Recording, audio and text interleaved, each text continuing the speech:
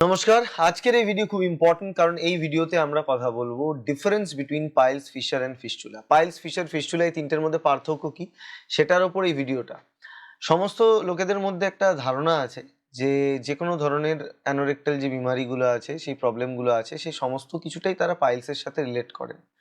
মানে যখন পটি করতে যান তখন যে ব্যথা হয় বা এই রিলেটেড বা ব্লিডিং হলো, এই সমস্ত কিছুকেই ব্যথা, ব্লিডিং, পটি রিলেটেড যে কোনো প্রবলেমকেই তারা পাইলস, আমি বলবো ডেঞ্জারাস স্কেলে তো এটা খুবই কম, কারণ এগুলো থেকে মানুষের মৃত্যু ভয় খুব একটা নেই। অনেকে জিজ্ঞেস করেন যে আমার পাইলস আছে বা ফিস্টুলা আছে, সেখান থেকে কি ক্যান্সার হতে পারে? অ্যান্সার ইজ নো, হয় না।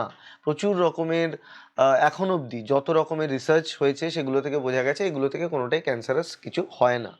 তো এবার যেহেতু বিনাইন রোগটা নিয়ে অত এটা ম্যালিগন্যান্সি নেই বা এই ধরনের কোনো পোটেন্সি নেই, কাজেই মানুষ এটাকে খুব হালকায় নেন এবং অনেক ডাক্তারও যারা জেনারেল সার্জন আছে তাদের কাছে গেলেও তারা ব্যাপারটাকে খুব খুব লাইটলি ব্যাপারটাকে মাথায় রাখেন। খুব একটা আহ, কি বলবো, এমার্জেন্সি বা খুব একটা এটা যে তাড়াতাড়ি করে করতে হবে সেই ব্যাপারটা নিয়ে খুব একটা পুশ করেন না।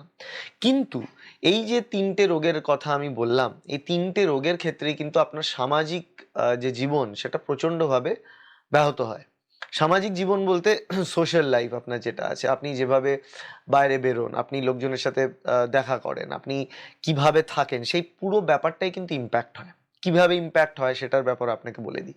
তার কারণ হচ্ছে এই তিনটে রোগের ব্যাপারে আপনি জানুন, তাহলে আপনি নিজেই বুঝতে পারবেন। যাদের এই রোগটা আছে, যারা এই ভিডিওটা দেখছেন আজকে, তারা হয়তো বোঝার চেষ্টা করছেন যে আপনার যে রোগটা আছে সেটা আদৌ পাইলস আছে না ফিশার আছে না ফিস্টুলা আছে।